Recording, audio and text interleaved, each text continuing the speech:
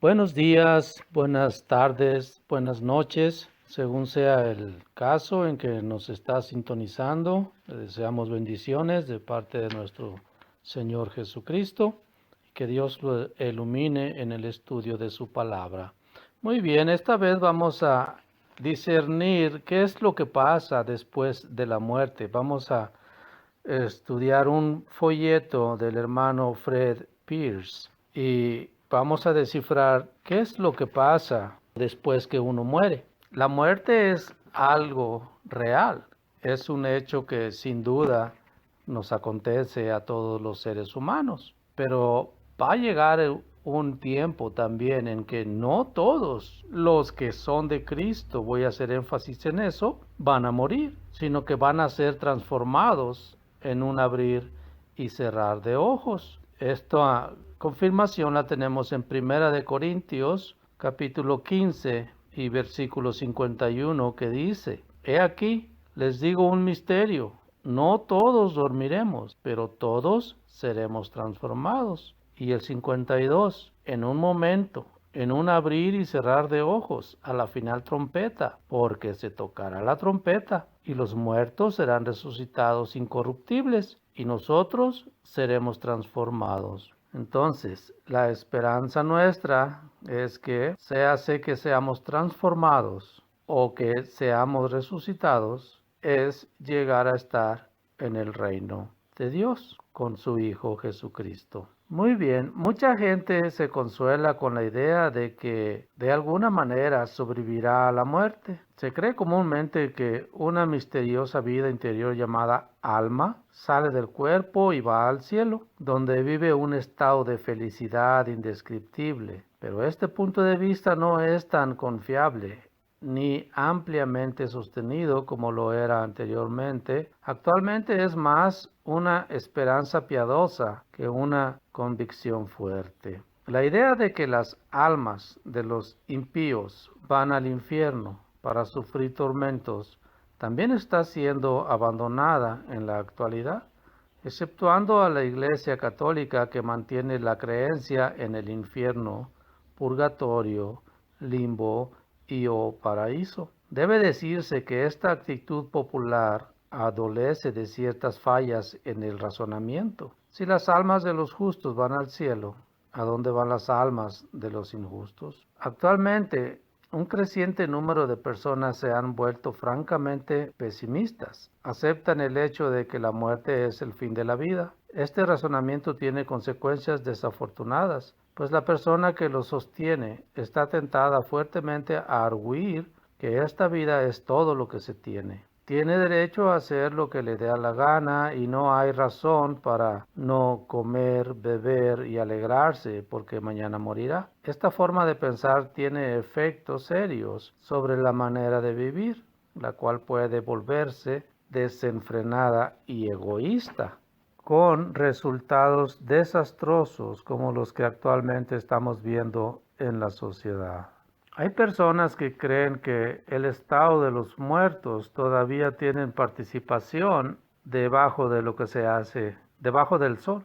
El hecho ineludible es que desde los albores de la historia, millones tras millones de seres humanos han muerto y sido enterrados. Si en realidad han sobrevivido en alguna nueva forma, esperaríamos oír de ellos alguna palabra de consuelo para los dolientes, alguna información acerca de su estado o alguna prevención para los vivos. Sin embargo, nunca escuchamos mensaje alguno de ellos, ni siquiera una palabra. ¿No es extraño? De todos modos, ¿dónde están todos estos millones de personas que han muerto? Hay ciertas personas llamadas espiritistas, quienes creen en la supervivencia y afirman que reciben mensajes de los muertos. Una completa investigación revelará que son poco convincentes sus pretensiones. Hace años el escritor de este folleto asistió a algunas sesiones espirituales y leyó mucha de la literatura. Los supuestos mensajes de los muertos eran tan triviales y comunes que no necesitaban explicación espiritista. Las descripciones de la otra vida estaban saturadas con jardines, arroyos, árboles frutales y flores olorosas. es completamente claro que esto no es más que un cuadro idealizado de las aspiraciones humanas. Un serio investigador de los fenómenos psíquicos, C.E.M. Joad, comentando sobre la pobre calidad de la alegada comunicación espiritista, declara vigorosamente: es evidente que si los espíritus sobreviven, sus cerebros no. Es verdaderamente lastimoso. Muchos hombres y mujeres viven dignamente, humanamente hablando, siendo útiles, bondadosos e inteligentes, algunos muy versados y expertos en su campo. ¿Deben todos estos perderse para siempre? ¿No hay alguna forma por medio de la cual las vidas y caracteres de verdadero valor puedan ser preservados? Naturalmente, esto hace surgir la pregunta: ¿cuál es el verdadero valor? Lo definiremos más tarde. La pregunta vital es: ¿cómo podemos poner en claro el problema de lo que sucede después de la muerte? ¿Dónde podemos obtener una respuesta verdadera, completamente confiable? ¿Confiaremos en nuestros propios sentimientos o intuición? ¿Cómo sabremos que estamos en lo correcto? ¿Cómo esperaremos que otras personas acepten nuestro punto de vista basándose en nuestra propia autoridad? ¿Cómo puede un hombre o una mujer en cualquier parte darnos la respuesta? De todos modos, ¿cómo lo saben ellos? ¿Aceptaremos el criterio de líderes religiosos, ya sean individuos, concilios o sínodos? ¿Qué saben ellos? ¿Qué hemos de pensar cuando líderes religiosos prominentes no están de acuerdo sobre importantes asuntos? Un obispo prominente ha declarado que Cristo no se levantó literalmente de los muertos. Otros declaran que la resurrección es uno de los fundamentos de la fe cristiana. ¿A quién le creeremos, pues? ¿Y por qué?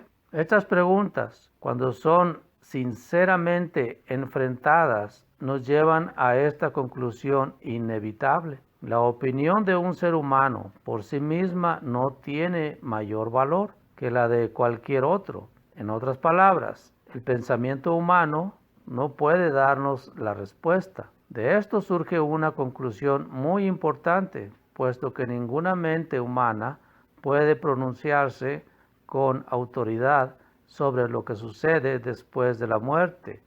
Claramente necesitamos una autoridad externa superior a la humanidad, es decir, una autoridad sobrehumana. Para apoyar estos comentarios del hermano Fred Pierce, vamos a leer un poquito acerca de cómo es que llegó esta creencia del alma inmortal.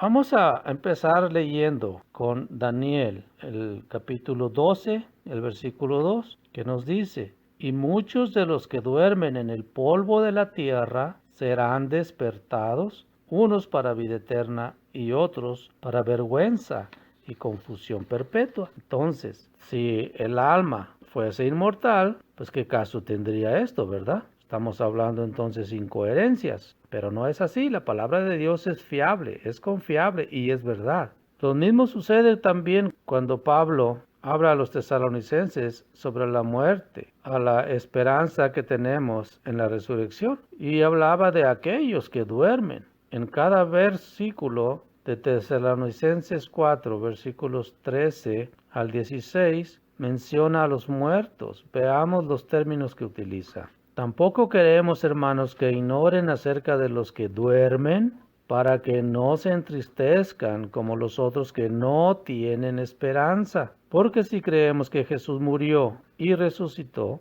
así también traerá Dios con Jesús a los que durmieron en él. Por lo cual les decimos esto en palabras del Señor, que nosotros que vivimos, que habremos quedado hasta la venida del Señor, no precederemos a los que durmieron, porque el Señor mismo, con voz de mando, con voz de arcángel y con trompeta de Dios, descenderá del cielo, y los muertos en Cristo resucitarán primero. La esperanza de Pablo es la esperanza que Dios nos dio en su palabra. Tiene un solo nombre: resurrección. En algún momento entre ahora y la resurrección, algunos de nosotros, dependiendo de cuándo venga el Señor, ese tiempo nadie lo sabe, moriremos. No estaremos aún o no entraremos en un estado feliz en el cielo o el paraíso o el purgatorio. En fin, hay varios lugares que mencionan la Iglesia Católica, que donde van los muertos, ¿verdad? Que es el infierno para los malos, que es la gloria para los buenos, que es el purgatorio para los que más o menos hicieron bien y mal, y el limbo para los que mueren sin haber sido bautizados. Entonces, aunque creo que este último ya lo quitaron. Pero en fin, dice, estaremos durmiendo ¿dónde? En el polvo de la tierra, o como usualmente se le llama en la palabra Seol o Hades, el dominio de la tumba. Esto es lo que aprendemos al escudriñar las Escrituras, cumpliendo con el mandato que nos dio el Señor Jesucristo en Juan 5:39, segunda de Timoteo 3:16 y Juan 17:3. Vamos a ver qué dicen estos versículos. Primeramente vamos a ver qué dice Juan 5 y el versículo 39. Y dice, escudriñad las Escrituras, porque a vosotros les parece que en ellas tienen la vida eterna, y ellas son las que dan testimonio de mí. Y ahora vamos a ver lo que nos dice segunda de Timoteo 3:16. Toda la Escritura es inspirada por Dios y útil para enseñar, para redarguir, para corregir, para instruir en justicia. Y ahora vamos a ver qué es lo que nos dice Juan 17 y el versículo 3. Y esta es la vida eterna, que te conozcan a ti, el único Dios verdadero, y a Jesucristo, a quien has enviado. Entonces, si en esto consiste la vida eterna, en que los conozcamos, y si los conocemos, vamos a darnos cuenta que ellos no nos hablan conforme a las tradiciones de los hombres. La palabra de Dios y de Jesucristo es palabra de verdad. Si buscamos en la Escritura, nunca vamos a encontrar un versículo que nos diga que el alma sobrevive al cuerpo y que se va al cielo. Eso nunca lo vamos a ver.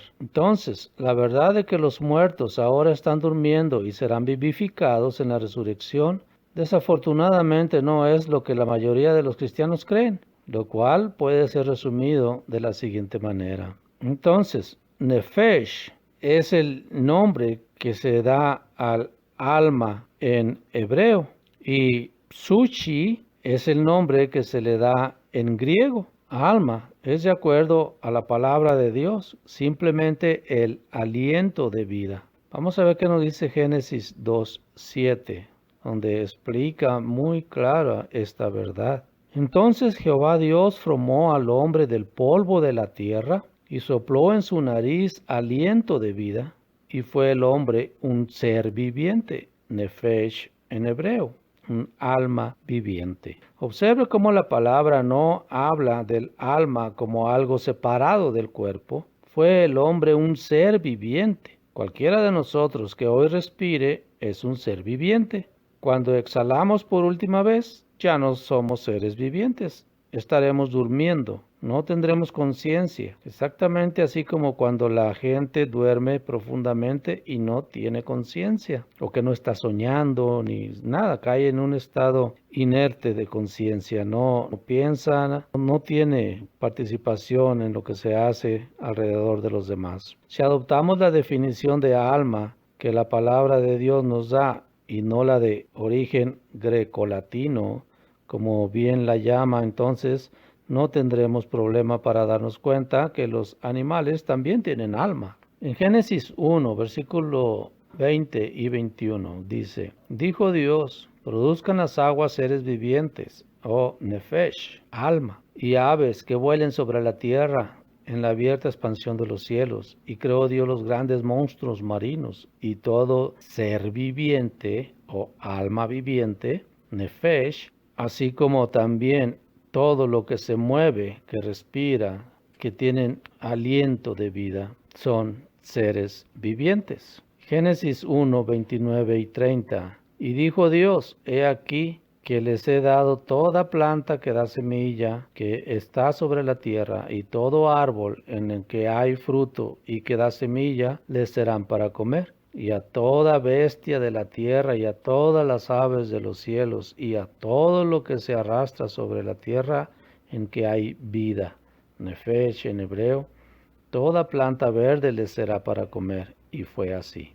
Obviamente no hay nada metafísico en el alma. Lo que respire, hombre o animal, es un alma viviente. ¿De dónde viene entonces la llamada alma inmortal? Eso es lo que veremos a continuación. Esta creencia viene principalmente de Platón.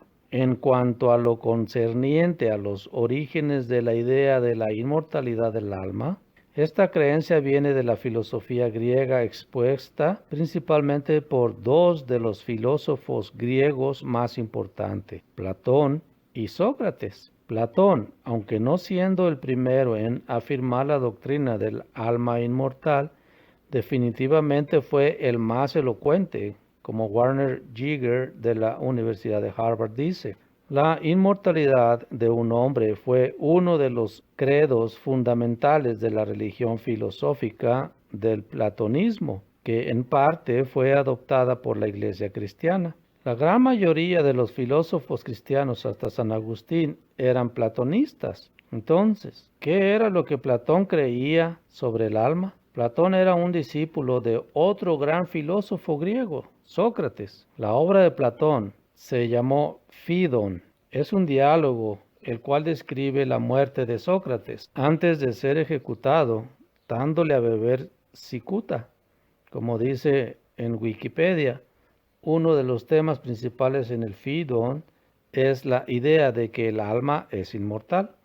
Podríamos considerar el Fidón una obra que da las creencias combinadas de Platón y Sócrates, los dos más grandes filósofos en la materia. A continuación, algunos pasajes de esta obra. El alma es muy semejante a lo divino e inmortal y comprensible y uniforme e insoluble e inmutable. Se va a lo puro y eterno e inmortal e inmutable, de lo cual es parte. Fidom, es lo que dice la obra de Platón en Fidom.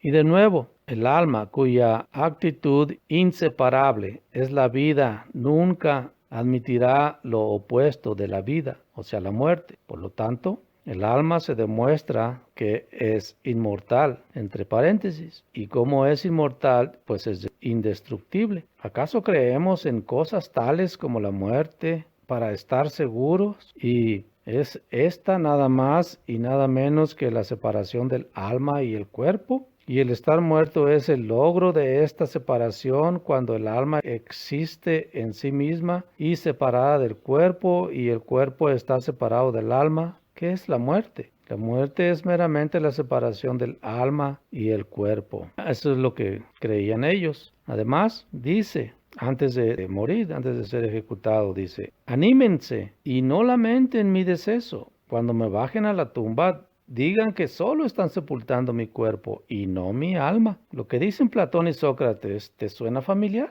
Sin duda que sí. Bien podría ser un resumen de lo que el cristiano promedio cree.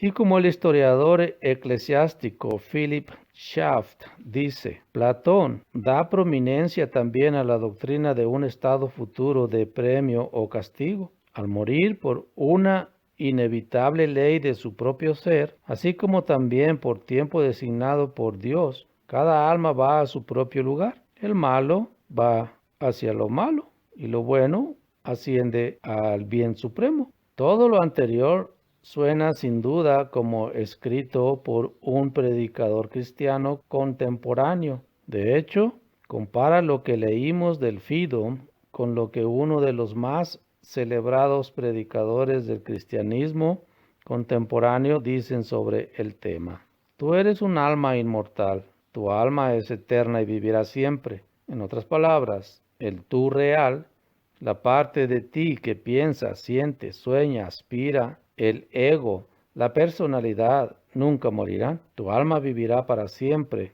en uno de los dos lugares, cielo o infierno.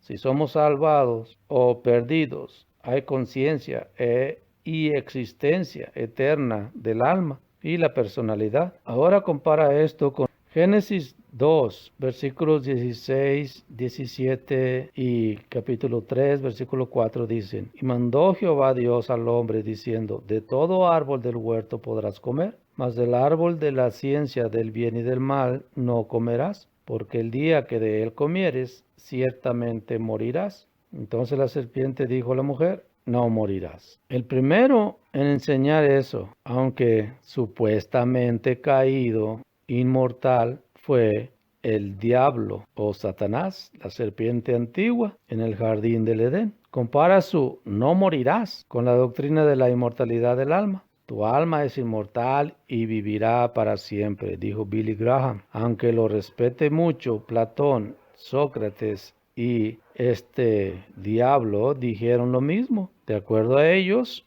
no hay muerte real, no morirás. Tu alma deja el cuerpo y vive eternamente en el cielo o en el infierno o en el purgatorio o en el limbo, si aún creen que existe, dependiendo de lo que hayas hecho. Esto no es una creencia cristiana, hermanos, es una creencia pagana, enseñada primero por la serpiente, que fue el primer mentiroso. No morirás en el jardín del Edén. Después estas creencias también fueron manipuladas, voy a decir, por Tyndale y Martín Lutero. Vamos a ver lo que dos de los más grandes reformadores pensaban sobre la doctrina de la inmortalidad del alma. Tyndale, aquel gran admirado reformador y traductor de la Biblia, quien fue quemado en la hoguera, respondió al seguidor del Papa Thomas More lo siguiente sobre la doctrina de la inmortalidad. Y ustedes que poniéndolas, o sea, a las almas que han partido en el cielo, infierno y purgatorio, destruyen los argumentos con los cuales Cristo y Pablo prueban la resurrección. Y de nuevo, si las almas están en el cielo, díganme por qué no son como los ángeles. Y entonces, ¿cuál es el motivo de la resurrección? La verdadera fe puesta, establecida, la cual somos advertidos a buscar en todo momento. Los filósofos paganos, negando esto, establecieron que las almas sí vivían. Y el Papa está juntamente unido a la doctrina espiritual de Cristo y la doctrina carnal de los filósofos, cosas tan contrarias que no se pueden poner de acuerdo, no más como el espíritu y la carne en un hombre cristiano. Y como el Papa de mentalidad carnal consintió en doctrina pagana, de este modo corrompió la escritura para establecerla. También dijo, y me maravillo de que Pablo no haya reconfortado a los tesalonicenses con esa doctrina. Se refiere a la doctrina de la inmortalidad del alma. Si hubieran sabido que las almas de sus muertos estaban en gozo, así como sabía lo de la resurrección, que sus muertos resucitarían de nuevo, si las almas están en el cielo en una gloria como la de los ángeles, como dice su doctrina, ¿para qué es la resurrección? Además, Martín Lutero, el gran reformador alemán, en respuesta a la misma doctrina y al mismo decreto de Leo X, calificó la inmortalidad del alma como opinión monstruosa. Esto fue lo que dijo. Sin embargo, permito al Papa establecer artículos de fe para sí mismo y para sus fieles, tales como que el pan y el vino están transubstanciados en el sacramento, que la esencia de Dios no genera ni es generada, que el alma es la parte substancial del cuerpo humano, que él, o sea, el Papa, es emperador del mundo y rey del cielo y Dios terrenal, que el alma es inmortal. Y todas esas infinitas monstruosidades. El resumen sobre la posición de Lutero sobre la muerte en estas palabras. Lutero, con gran énfasis en la resurrección, prefirió concentrarse en la metáfora bíblica del dormir, porque así como uno que se duerme e inesperadamente le amanece cuando despierta, sin saber lo que le ha pasado, del mismo modo, repentinamente resucitaremos en el último día, sin saber cómo morimos y atravesamos la muerte. Dormiremos hasta que Él venga y toque en la tumba y diga, Doctor Martín, levántese. Entonces resucitaré en un momento y estaré con Él para siempre. No podríamos estar más de acuerdo con estos dos grandes reformadores. La muerte es sin duda dormir. No hay tal cosa como el alma inmortal. El consuelo de la Biblia no es el consuelo que la mayoría de los predicadores dan en los funerales. Esto es lo que el alma del difunto supuestamente sigue viviendo. Ese era el consuelo de Platón y Sócrates, cuyas enseñanzas continuaron sus alumnos convertidos. Quiero recordar de nuevo la cita de la Enciclopedia Católica. La gran mayoría de los cristianos filósofos, hasta San Agustín, fueron platonistas. ¿Seguiremos creyendo en esto o volveremos nuestro oído a lo que la palabra del Señor dice? Ezequiel 18, versículo 4 dice: He aquí que todas las almas son mías, como el alma del Padre, así el alma del Hijo es mía. El alma que pecare, esa morirá. Entonces, ¿dónde queda la inmortalidad del alma? El alma que pecare, esa morirá. Entonces, todos pecamos y por eso todos vamos a morir. Recuerde que dice en Romanos, la paga del pecado es muerte, mas la dádiva de Dios es vida eterna en Cristo Jesús. Y ya nos queda claro que fue una creencia introducida por el hombre, no es palabra de Dios. Y la pregunta es, ¿seguiremos a Dios o seguiremos las tradiciones de los hombres? La clase de autoridad que necesitamos existe entre nosotros, es la Biblia, la cual declara de principio a fin que es un mensaje para la raza humana procedente de Dios, el creador de los cielos, la tierra y la humanidad. Los escritores de la Biblia nunca pretenden hablar en su propio nombre, sino solamente la palabra de Jehová. He puesto mis palabras en tu boca, dice Dios al profeta Jeremías en Jeremías 1, versículo 9. Jesús aceptaba los escritos de la ley y los profetas, nuestro Antiguo Testamento, como palabra de Dios. Él mismo declaró que las palabras que hablaba eran palabra de Dios. Los apóstoles dijeron lo mismo. Pablo afirmó que toda la escritura es inspirada por Dios. Segunda de Timoteo 3:16 dice: Toda la escritura es inspirada por Dios y útil para enseñar, para redarguir, para corregir, para instruir en justicia, a fin de que el hombre de Dios sea perfecto, enteramente preparado para toda buena obra. Este era el versículo 17. Usando un término que significa soplo de Dios, el soplo o espíritu de Dios está en lo que fue escrito. Así que lo que dice la escritura es verdad. Los primeros creyentes en Cristo, aquellos que conocieron personalmente a los apóstoles, aceptaron el Antiguo y el Nuevo Testamento como la verdadera y confiable palabra de Dios. Por siglos, la enseñanza de la Biblia ha sido el fundamento de la fe cristiana. Observemos lo que la Biblia contiene.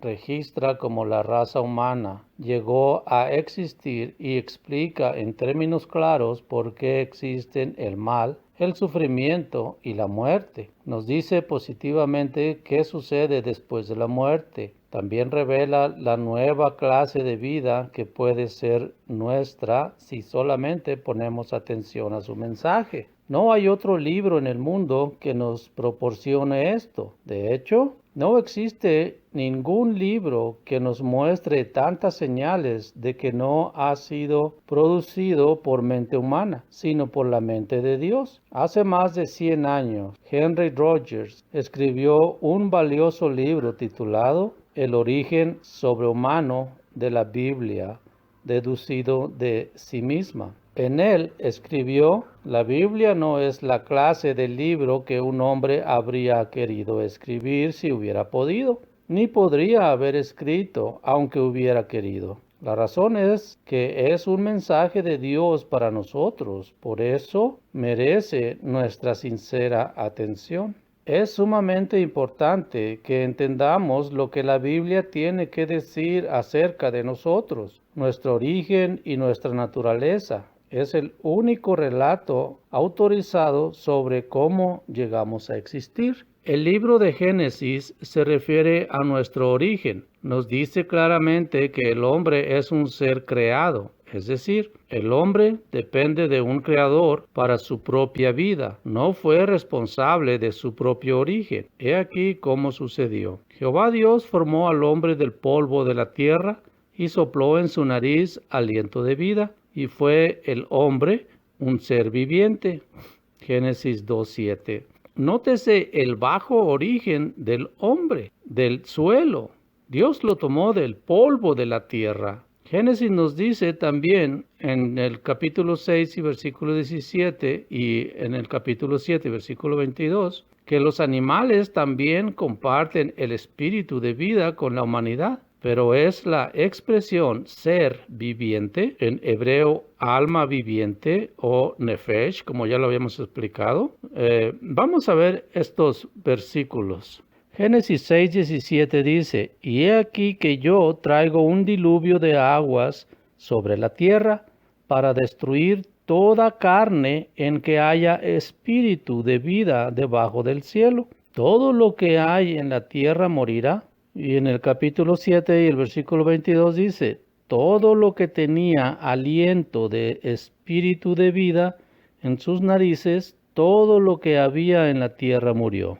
Vamos a comparar esto con lo que dice en 1 Corintios 15, versículo 45, acerca de el ser viviente. Y dice, así también está escrito, fue hecho el primer hombre Adán, alma viviente. El postrer Adán, espíritu vivificante. La que reclama nuestra atención y nos enseña la condición primera y especial para entender la Biblia, debemos entender los términos bíblicos en su propio sentido y no en el nuestro. Para muchas personas, la palabra alma sugiere la idea de un espíritu dentro del hombre, el cual sobrevive a la muerte del cuerpo. Pero de ninguna manera es usada así en Génesis, donde la palabra traducida alma se refiere también a los animales. En Génesis 2:7, la palabra hebrea original nefesh ha sido traducida de dos maneras. En las versiones Reina Valera, la versión de 1909, conocida como Antigua Versión, traduce alma.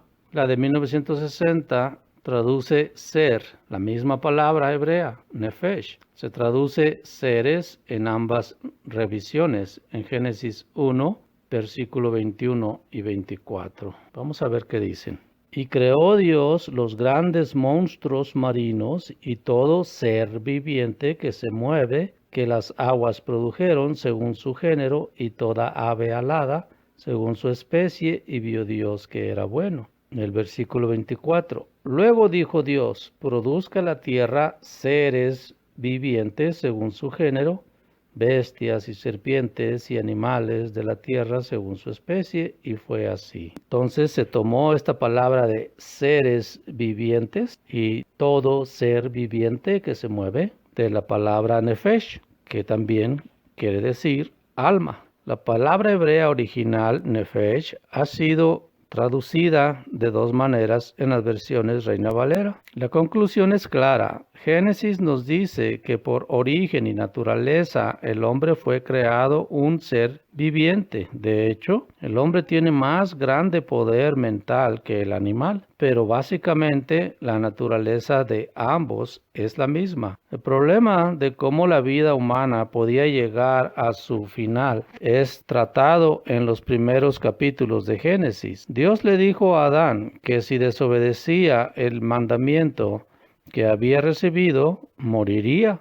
Adán desobedeció y el siguiente juicio fue pronunciado sobre él. Con el sudor de tu rostro comerás el pan hasta que vuelvas a la tierra, porque de ella fuiste tomado, pues polvo eres y al polvo volverás. Lo dice en Génesis 3 y el versículo 19. El texto bíblico es asombrosamente claro. La muerte no es una puerta que se abre a una nueva vida. Es solamente el castigo de la desobediencia. El hombre retorna al polvo. En el relato de Génesis sobre el diluvio, cuando se corrompió la tierra delante de Dios y estaba la tierra llena de violencia, lo dijo Génesis 6, versículo 11 y 12. Vinieron las aguas del juicio y tanto hombre como animales perecieron del mismo modo. Murió toda carne que se mueve sobre la tierra, así de aves como de ganado y de bestias, y todo hombre, todo lo que tenía aliento de espíritu de vida en sus narices, murió. Génesis 7, 21 y 22. La Biblia compara frecuentemente la naturaleza del hombre a la de los animales. Hablando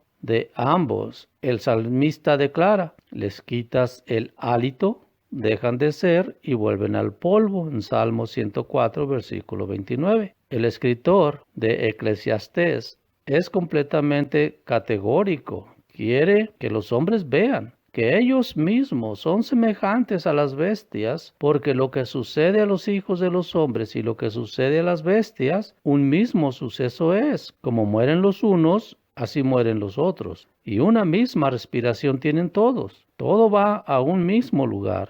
Todo es hecho del polvo y todo volverá al mismo polvo. Lo dice en Eclesiastés 3, 18 al 20. Los hombres y los animales tienen por naturaleza el mismo destino. Todos retornan al polvo. Algunos pueden objetar que el versículo siguiente da un sentido diferente, en donde dice: pero ¿quién sabe que el espíritu de los hijos de los hombres sube arriba y que el espíritu del alma del animal desciende abajo a la tierra?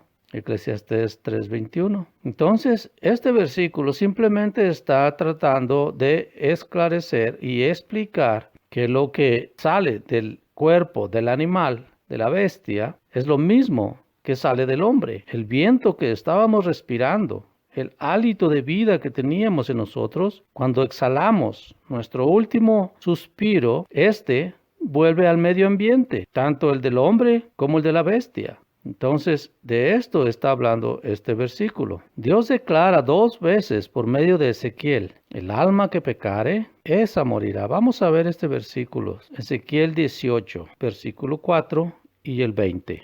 He aquí que todas las almas son mías. Como el alma del Padre, así el alma del Hijo es mía. El alma que pecare, esa morirá. ¿Conoce usted a alguien que no peque? Claro que no. Todos pecamos. Mismo Jesucristo dijo: no hay nadie bueno. ¿Por qué me llamas bueno? Solo mi Padre que está en el cielo es bueno. Entonces, si Él mismo no se consideraba bueno, por lógica debemos entender que todos somos pecadores. Por consiguiente, vamos a morir, porque dice la Escritura que la paga del pecado es muerte. Vamos entonces a ver lo que dice el versículo 20. El alma que pecare, esa morirá. El Hijo no llevará el pecado del Padre, ni el Padre llevará el pecado del Hijo. La justicia del justo será sobre él, y la impiedad del impío sobre él. Aquí ya no caben misas o rosarios o cultos esotéricos y bla bla bla que hagan por los muertos. Los muertos tuvieron su oportunidad mientras estaban en vida. Una vez que murieron, ahí se acabó todo. Vuelven al polvo de la tierra. Y cuando reciben este pago, por ejemplo, el impío es después de que son resucitados. Y el que es justo también va a recibir su premio cuando sea levantado de entre los muertos. Pero no antes. Antes permanecemos en el polvo de la tierra. En su petición final a Dios, Sansón implora: muera yo con los filisteos. Jueces 16:30. Una traducción literal diría: muera mi alma con los filisteos. Por consiguiente, el alma es la persona misma, el ser viviente. Cuando él perece, su alma o vida perece con él. ¿Quiere decir esto que los hombres no son mejores que los animales? De ninguna manera, porque en Génesis 1, el versículo 27, nos dice que el hombre fue hecho a imagen de Dios. En otras palabras, la naturaleza física de la humanidad es exactamente como la de los animales. Pero el hombre tiene una mente superior, capaz de entender y responder a Dios. El salmista tiene este comentario muy valioso. En Salmos 49, el versículo 20 dice: el hombre que está en honra y no entiende, semejantes a las bestias que perecen. Así que el entendimiento representa la diferencia entre el hombre y los animales. Cuando preguntamos, ¿qué es lo que el hombre debe entender? El Nuevo Testamento viene poderosamente en nuestra ayuda. Como veremos, en vista de la evidencia bíblica que se ha examinado hasta aquí, no es ninguna sorpresa aprender que los muertos descansan completamente inconscientes en el sepulcro. El salmista nos dice que no confiemos en príncipes o en hombres porque sale su aliento y vuelve a la tierra. En ese mismo día perecen sus pensamientos. Salmo 146 y el versículo 4. David ruega que Dios lo libre, porque en la muerte no hay memoria de ti. En el Seol, ¿quién te alabará? Lo dice en Salmo 6 y el versículo 5. Luego el Salmo 115 dice lo mismo. No alabarán los muertos allá, ni cuantos desciendan al silencio. Salmo 115, versículo 17. El escritor de Eclesiastés es más enfático, porque los que viven saben que han de morir, pero los muertos nada saben. También su amor y su odio y su envidia fenecieron ya. Todo lo que te viniere a la mano para hacer, hazlo, según tus fuerzas, porque en el Seol o el sepulcro, a donde vas, no hay obra, ni trabajo, ni ciencia, ni sabiduría. Lo dice en Eclesiastés 9, versículos 5 y el versículo 10. El lugar de los muertos es descrito correctamente en estos enfáticos pasajes como en esta tierra, el polvo de la tierra de que fue hecho el hombre, en el Seol, el sepulcro y en el silencio. Todos estos son sinónimos de sepulcro. Daniel proclama una declaración sobresaliente sobre este tema.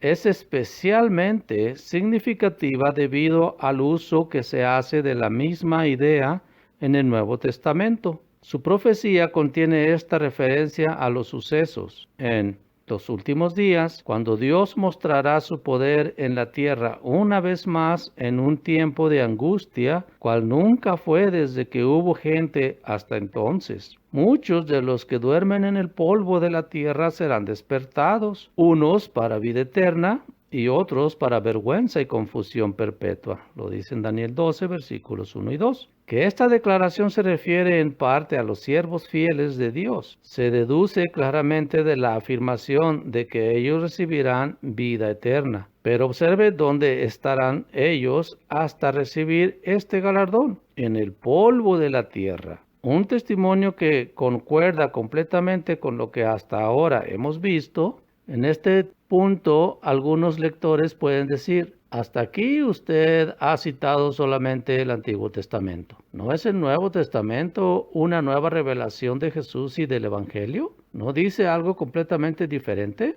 Para responder a esta duda, es esencial entender cuál fue la actitud de Jesús y de sus apóstoles referentes a las Escrituras que ahora conocemos como el Antiguo Testamento. Un hecho es claro y totalmente irrefutable. Ellos aceptaban lo que estaba escrito en la ley de Moisés, en los profetas y en los salmos. Lucas 24, versículo 44. Como la palabra inspirada de Dios. Lo citaba constantemente en apoyo de su predicación. Nunca contradijeron o arrojaron dudas sobre algún pasaje del Antiguo Testamento. Al contrario, procuraban buscar y extraer el verdadero significado de lo que estaba escrito. Se esperaría que los escritos del Nuevo Testamento concordaran en sus enseñanzas con el Antiguo, y así resulta. He aquí unos cuantos ejemplos. Había habido una tragedia en Galilea. Los soldados romanos habían matado una cantidad de judíos en una disputa religiosa. Ciertos judíos vinieron a decírselo a Jesús. Su respuesta es muy significativa. ¿Piensan que estos galileos, porque padecieron tales cosas, eran más pecadores que todos los galileos? Les digo, no. Antes, si no se arrepienten, todos perecerán igualmente. Lo dice en Lucas 13, versículos 1 al 3. Según la Biblia, perecer significa exactamente lo que nosotros entendemos, dejar de existir sin sugerencia alguna de supervivencia. No se puede evitar la enseñanza de Jesús. Toda la humanidad perecerá a menos que se arrepienta. Esto es exactamente lo que se dice en el Salmo 49. El hombre es como las bestias que perecen, a menos que entienda. Aquí tenemos la primera insinuación de la respuesta a nuestra pregunta. ¿Qué es lo que el hombre debe entender? Esto tiene que ver con el arrepentimiento. Vamos a ver qué es lo que dice Salmos 49, versículos 12 y 20. Mas el hombre no permanecerá en honra, es semejante a las bestias que perecen. Esto lo dice el versículo 12. Y el 20 dice, el hombre que está en honra y no entiende, semejante es a las bestias que perecen. Una confirmación de lo que estábamos diciendo. Jesús también concordaba con Daniel, quien había declarado que muchos de los que duermen en el polvo de la tierra serán despertados. Daniel 12:2. El Evangelio de Juan registra sus palabras así. Vendrá hora cuando todos los que están en los sepulcros oirán su voz, y los que hicieron lo bueno saldrán a resurrección de vida, mas los que hicieron lo malo a resurrección de condenación. Esto está en Juan 5, 28 y 29. Los todos de Jesús son los mismos muchos de Daniel. Significa todos los que han oído la voz del Hijo de Dios, como se lee en el versículo 25.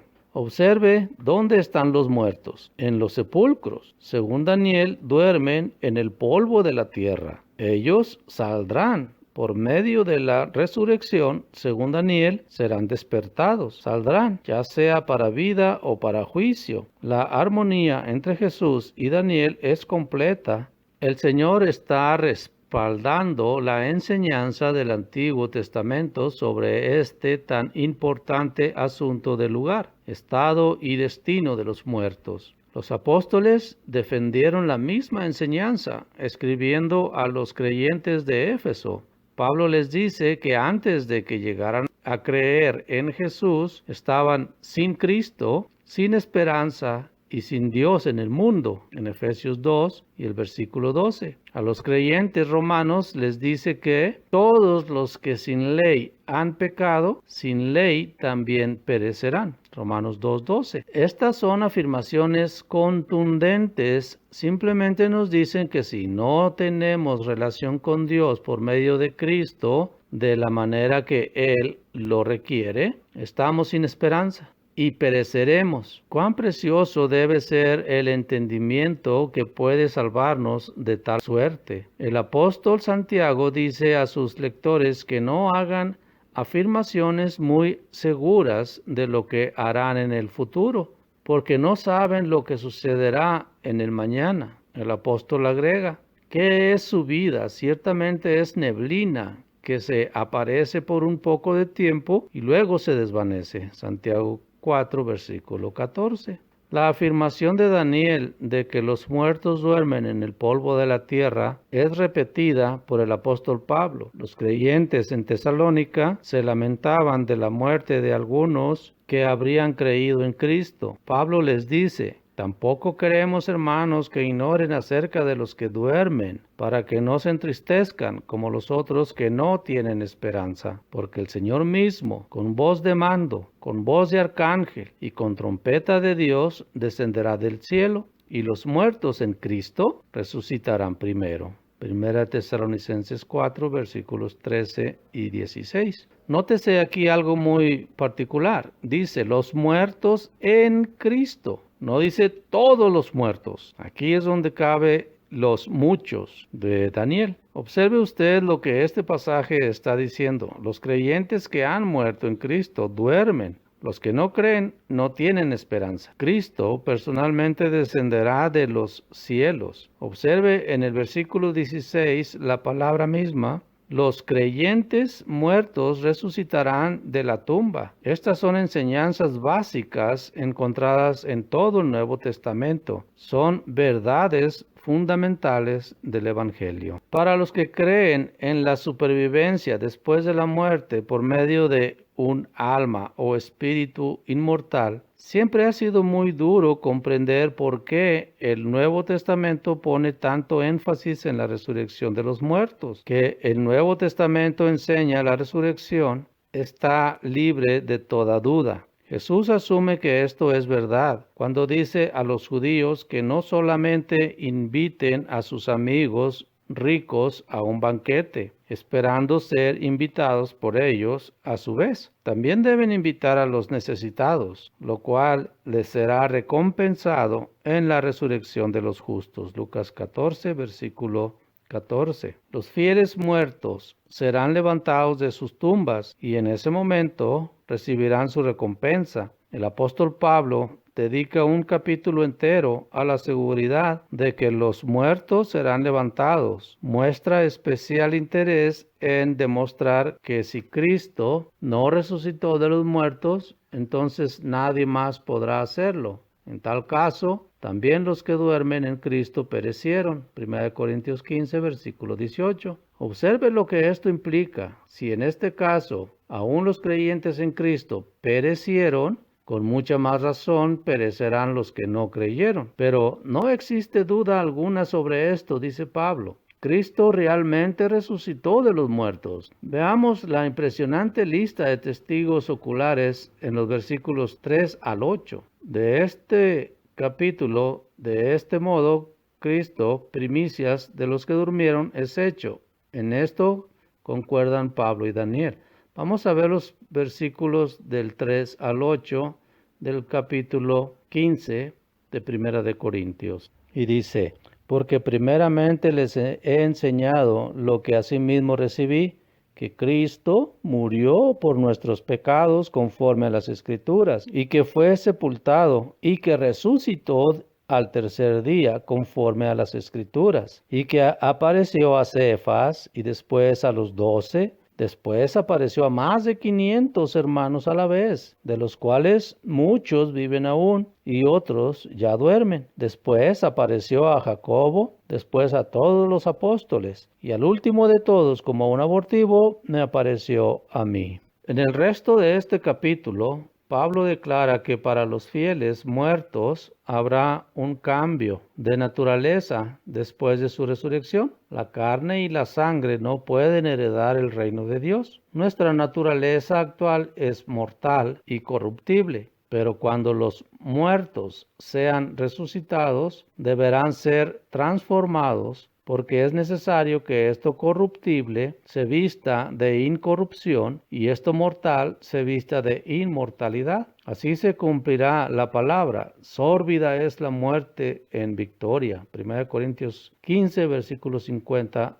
al 54. Hemos llegado a la clara verdad bíblica de que la recompensa de los justos no consiste en una existencia espiritual en algún otro lugar. Consiste en la seguridad de recibir en la resurrección un cuerpo incorruptible, que no podrá corromperse y perecer como ocurre con nosotros actualmente, pues nunca más estará sujeto a la muerte. La razón de esto es muy importante. Dios tiene para los fieles un trabajo que hacer en el futuro. Los que logren resucitar de la tumba andarán por el mundo como personas reales y tangibles, empeñados en la práctica tarea de iluminar a las naciones del mundo sobre las verdades de Dios, las cuales han sido ignoradas o pervertidas por muchos siglos. Este será el propósito del gobierno de Cristo sobre las naciones a su regreso, tal como la Biblia dice que lo hará. Sin embargo,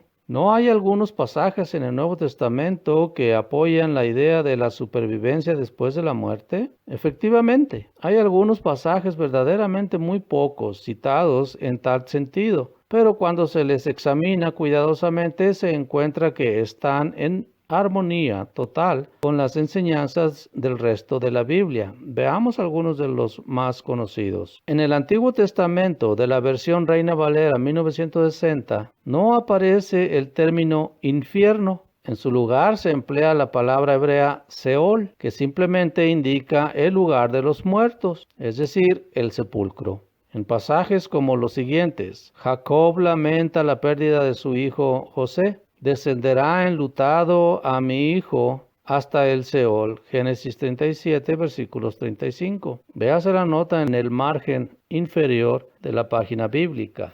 En la muerte no hay memoria de ti. En el Seol, ¿quién te alabará? Salmos 6 y versículo 5. Porque en el Seol donde vas no hay obra, ni trabajo, ni ciencia, ni sabiduría. Eclesiastés 9, versículo 10. Una profecía acerca de Cristo. No dejarás mi alma en el Seol, ni permitirás que tu santo vea corrupción. Salmos 16, versículo 10. Este último pasaje es citado por el apóstol Pedro en Hechos 2, versículo 31, usando el término griego Hades, que significa lo mismo que el hebreo Seol o sepulcro. Gehenna. Vamos a ver qué es Gehenna. Hay en el Nuevo Testamento una muy interesante palabra traducida infierno. En la versión de 1960, su equivalente griego es Gehenna. Esta palabra griega es dejada sin traducción en la versión de 1909, conocida como Antigua Versión. Gehenna era un lugar situado fuera de la ciudad de Jerusalén. Es muy valiosa la explicación que encontramos en el léxico griego-inglés del Nuevo Testamento, escrito por Rima y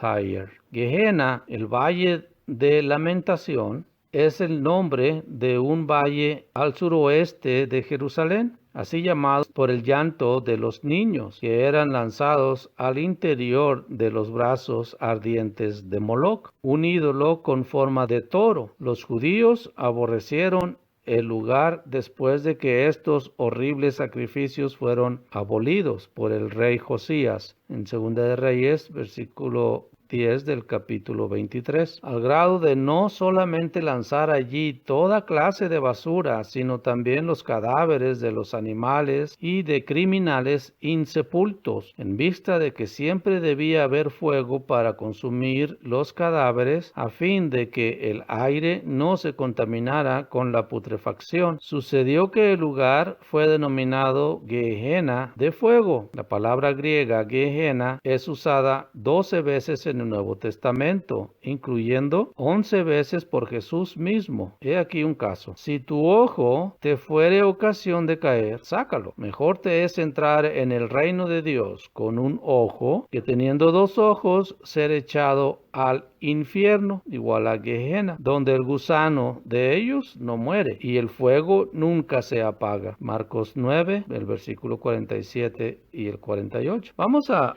leer todo el pasaje. Vamos a ver qué es lo que dice. El versículo 47 dice: y si tu ojo te fuera ocasión de caer, sácalo. Mejor te es entrar en el reino de Dios con un ojo que teniendo 2 ojos ser echado al infierno. Y el 48 dice: donde el gusano de ellos no muere y el fuego nunca se apaga. Es una confirmación de lo que hemos leído. Lo que Jesús quiere decir es lo siguiente: si hay algo usted está haciendo con su mano o algún lugar donde va con sus pies o algo que están viendo sus ojos que pueda impedir su entrada en el reino de Dios, deje de hacerlo. De otra manera, terminará siendo destruido con los malos en la muerte. El gusano y el fuego son agentes que simbolizan la destrucción. No son eternos, pero continúan su trabajo hasta que todo es consumido. Por consiguiente, Gehenna viene a ser un símbolo del castigo de los malos en el último día. Se encontrará que todas las demás referencias al Gehenna contienen la misma idea. Los pasajes del Antiguo Testamento que ya fueron citados demostraron que alma significa la persona y su misma vida. El alma puede pecar y morir. Jesús nos dice algo muy significativo después de explicar a sus discípulos que todo aquel que tenga la intención de ser uno de sus siervos fieles debe negarse a sí mismo, tomar su cruz y seguirle, agrega, porque todo el que quiera salvar su vida la perderá, y todo el que pierda su vida por causa de mí la hallará. Porque ¿qué aprovecha al hombre si ganare todo el mundo y perdiere su alma? ¿O qué recompensa dará el hombre por su alma? Mateo 16,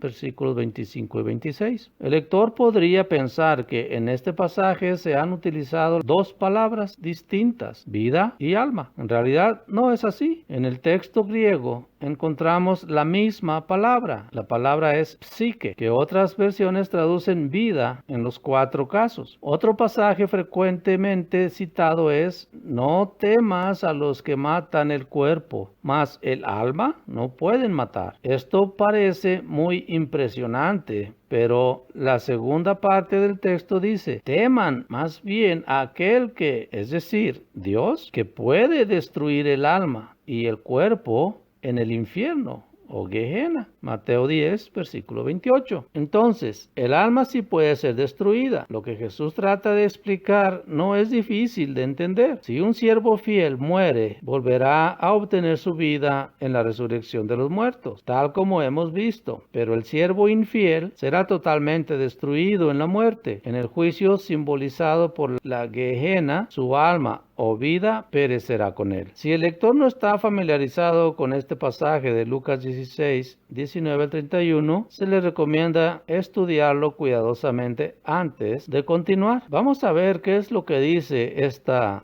parábola de Lázaro. Vamos a Lucas 16, versículos 19 al 31. Y dice: había un hombre rico que se vestía de púrpura y de lino fino, y hacía cada día banquete con esplendidez. Había también un mendigo llamado Lázaro que estaba echado a la puerta de aquel lleno de llagas, y ansiaba saciarse de las migajas que caían de la mesa del rico, y aun los perros venían y le lamían las llagas. Aconteció que murió el mendigo, y fue llevado por los ángeles al seno de Abraham, y murió también el rico, y fue sepultado. Y en el Hades alzó sus ojos estando en tormentos, y vio de lejos a Abraham y a Lázaro en su seno. Entonces él, dando voces, dijo: Padre Abraham, ten misericordia de mí, y envía a Lázaro para que moje la punta de su dedo en agua y refresque mi lengua, porque estoy atormentado en esta llama. Pero Abraham le dijo: Hijo, acuérdate que recibiste tus bienes en tu vida, y Lázaro también males, pero ahora este es consolado aquí y tú atormentado. Además de todo esto, una gran cima está puesta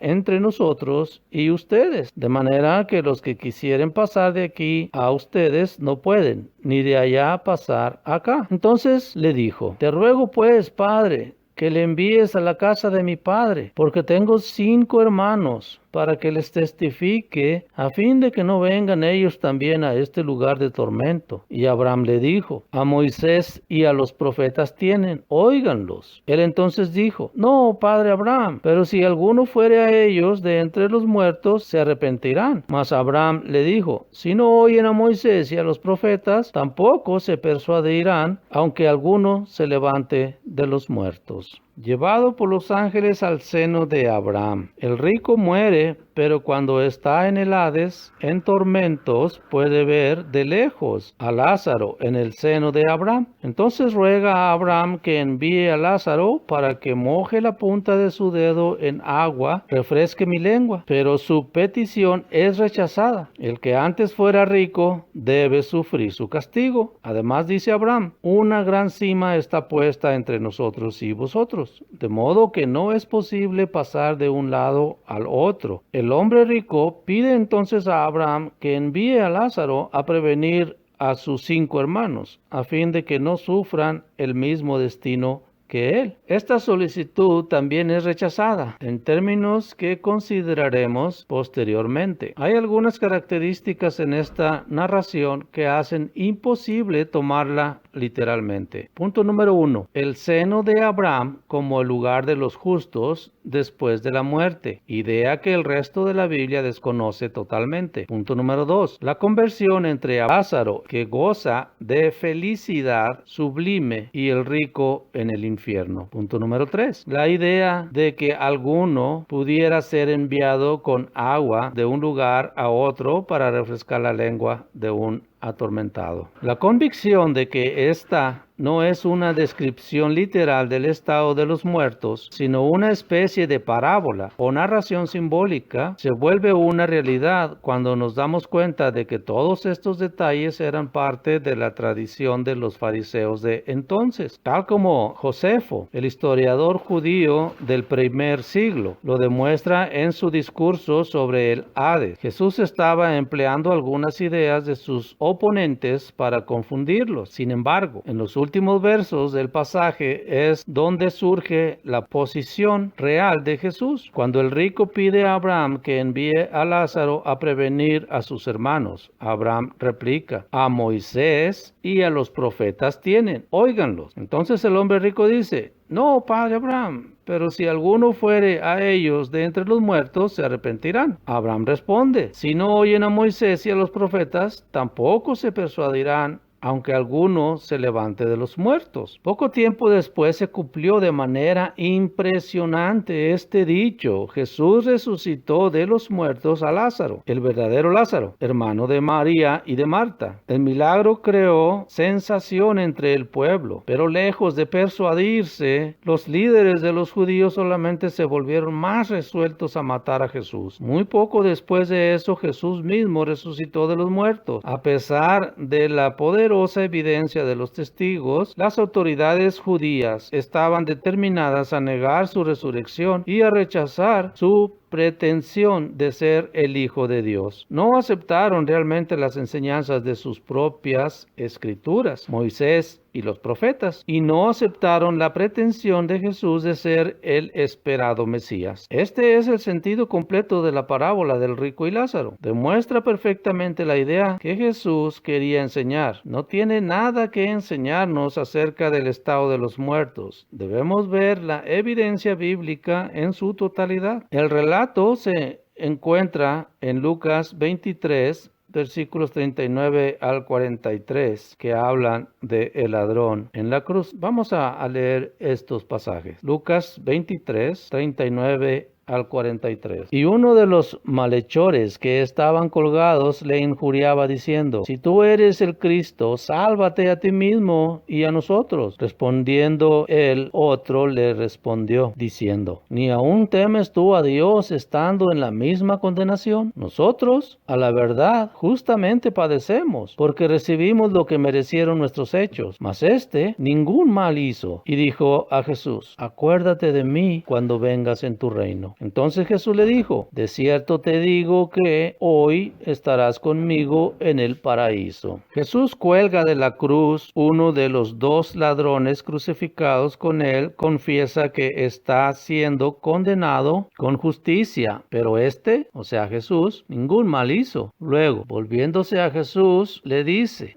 acuérdate de mí cuando vengas en tu reino. Esta es una petición asombrosa. Veamos lo que implica. Punto número 1. Para el ladrón, Jesús era un rey. Punto número 2. El ladrón esperaba que Jesús sobreviviera a la crucifixión. Punto número 3. En algún tiempo futuro, Jesús vendría en su reino. Punto número 4. En aquel tiempo, Jesús podría acordarse de él y devolverle la vida. Todo esto concuerda totalmente con las enseñanzas del Nuevo Testamento. Veamos ahora la respuesta de Jesús. Una traducción literal del texto griego nos dice: de cierto te digo, hoy estarás conmigo en el paraíso. Esta es la manera literal que se escribió. Esta es en realidad la forma en que las letras griegas aparecen en los manuscritos. Todo está pegado, no tiene espacios, todo está de corrido. Todas son mayúsculas. Las palabras no están separadas. No hay puntuación como comas o punto y aparte o acentos. Como se puede entender la respuesta de Jesús así: de cierto te digo que, entre paréntesis, hoy estarás conmigo en el paraíso. O así: de cierto te digo hoy que estarás conmigo en el paraíso. Nota, la palabra que encontramos en la versión Reina Valera no existe en el texto griego original. El traductor la introduce según su propio criterio para completar el significado del texto, pero en realidad el texto dice, voy a leer nuevamente: de cierto te digo, hoy estarás conmigo en el paraíso. Gramaticalmente, ambas formas son posibles. La conjunción que puede ser introducida en ambas posiciones. Sin embargo, esto producirá diferencia en el significado de la respuesta de Jesús. Pero examinamos otras consideraciones. Jesús estaba usando la palabra hoy de una manera muy conocida en el idioma hebreo del Antiguo Testamento para reforzar una afirmación. He aquí 3 ejemplos tomados de un solo capítulo. Yo pongo hoy por testigo al cielo y a la tierra. Aprende pues hoy y reflexiona en tu corazón. Guarda sus estatutos y sus mandamientos, los cuales yo te mando hoy. Deuteronomio 4, versículos 26, 39 y 40. Declarar algo hoy equivalía a hacer una afirmación solemne con plena seguridad de su certeza, y expresiones similares ocurren 42 veces solamente en el libro de Deuteronomio. Así que Jesús estaba usando una forma hebrea muy conocida para subrayar la seriedad de sus palabras. Te digo hoy. El ladrón podía estar seguro de que lo que Jesús estaba prometiendo realmente tenía que suceder. ¿A dónde fue Jesús en ese día? No fue a la gloria en los cielos, sino que fue a la tumba, tal como él mismo había profetizado a los escribas y fariseos. Estará el Hijo del Hombre en el corazón de la tierra 3 días y 3 noches. Mateo 12, versículo 40. Corazón, entre comillas, es un modismo hebreo para expresar en medio. Jesús estaba dando a entender que estaría en el sepulcro. Inciso 3. ¿Qué debemos entender por paraíso? Una vez más, debemos cuidar de que nuestro entendimiento surja de la Biblia misma y no de las tradiciones humanas. La palabra paraíso viene del idioma persa y significa simplemente un jardín, parque o arboleda. En el Antiguo Testamento es traducida bosque, huerto y paraíso. Nehemías 2:8, Eclesiastés 2:5, Cantares 4, versículo 13. Vamos a ver qué nos dicen estos pasajes. Nehemías 2:8 dice: y carta para Asaf, guarda del bosque del rey, para que me dé madera para enmendar las puertas del palacio de la casa y para el muro de la ciudad y la casa en que yo estaré. Y me lo concedió el rey según la benéfica mano de mi Dios sobre mí. En Eclesiastés 2:5 dice: me hice huertos y jardines y planté en ellos árboles de todo fruto. Y Cantares 4, versículo 13 dice: tus renuevos son paraíso de granados, con frutos suaves, de flores de aleña y nardos. Refiriéndose en los 3 casos a lugares terrenales, describiendo el futuro reino de Dios en la tierra, Isaías declara que llegará el tiempo en que consolará Jehová a Sión, cambiará su desierto en paraíso y su soledad en huerto de Jehová. Isaías 51 y versículo 3. La profecía de Isaías se refiere a la futura prosperidad y fertilidad de la tierra prometida. Así pues, el paraíso de la Biblia es el nuevo reino de paz y gozo que Cristo establecerá cuando regrese a la tierra para establecer su reino, tal como esperaba el ladrón. Entendiendo de esta manera, el pasaje concuerda completamente con la enseñanza de toda la Biblia. El pequeño número de otros pasajes que algunas veces son utilizadas para apoyar la idea de la supervivencia del alma después de la muerte se encontrarán después de un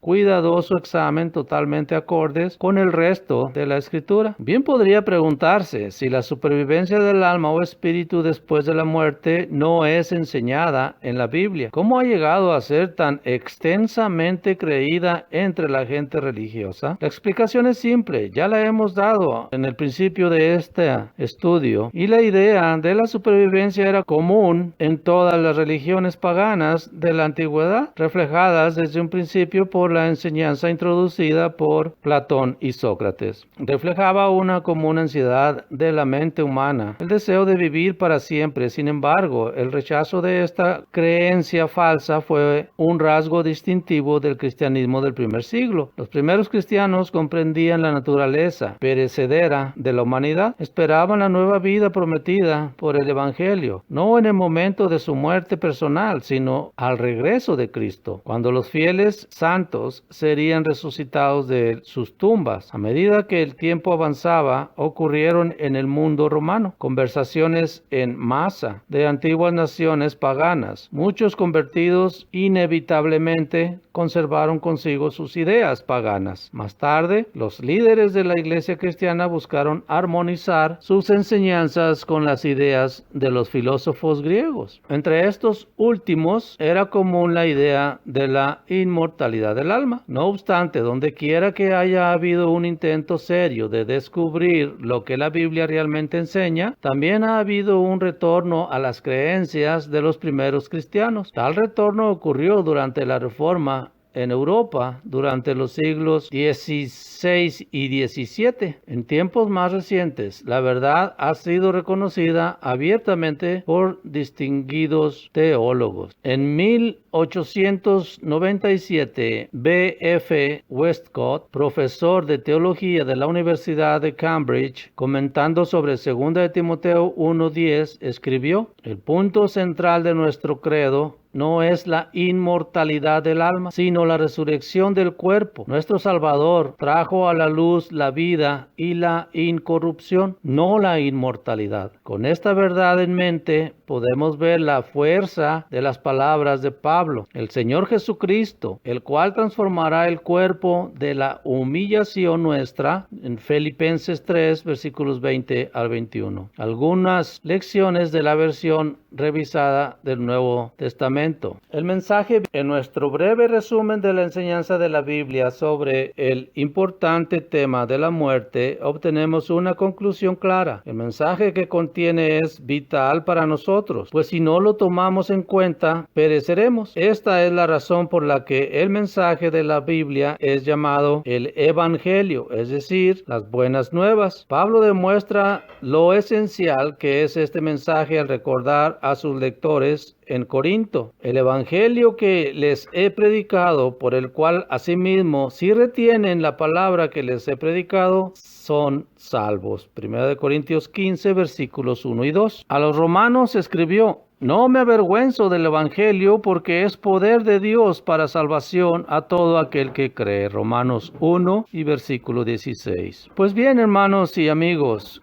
haciendo una seria reflexión de nuestras vidas, ¿qué más necesitamos para entender y comprender que nuestra economía corporal es perecedera? No tenemos nada dentro de nosotros que sea inmortal. ¿Cuánto necesita nuestra raza perecedera estas buenas nuevas? Maravillosa cosa es que este mensaje de vida aún existe entre nosotros, pues aquí está, en las páginas de la Biblia, en las mismas palabras de Jesús y sus apóstoles. Hagámonos el propósito de conocer estas palabras de vida, mientras aún tenemos la oportunidad, ya que es nuestro propio futuro el que está en juego. Este es un folleto, como ya dije al principio, de nuestro hermano Fred Pierce, traducido por Nehemías Chávez Cela. El número del folleto es el 20 y se intitula "Después de la muerte, ¿qué?". Si usted gusta un folleto, siéntase libre de hablarnos o escribirnos vía email. Si decide hablarnos, estamos en la clave 33 12 12 82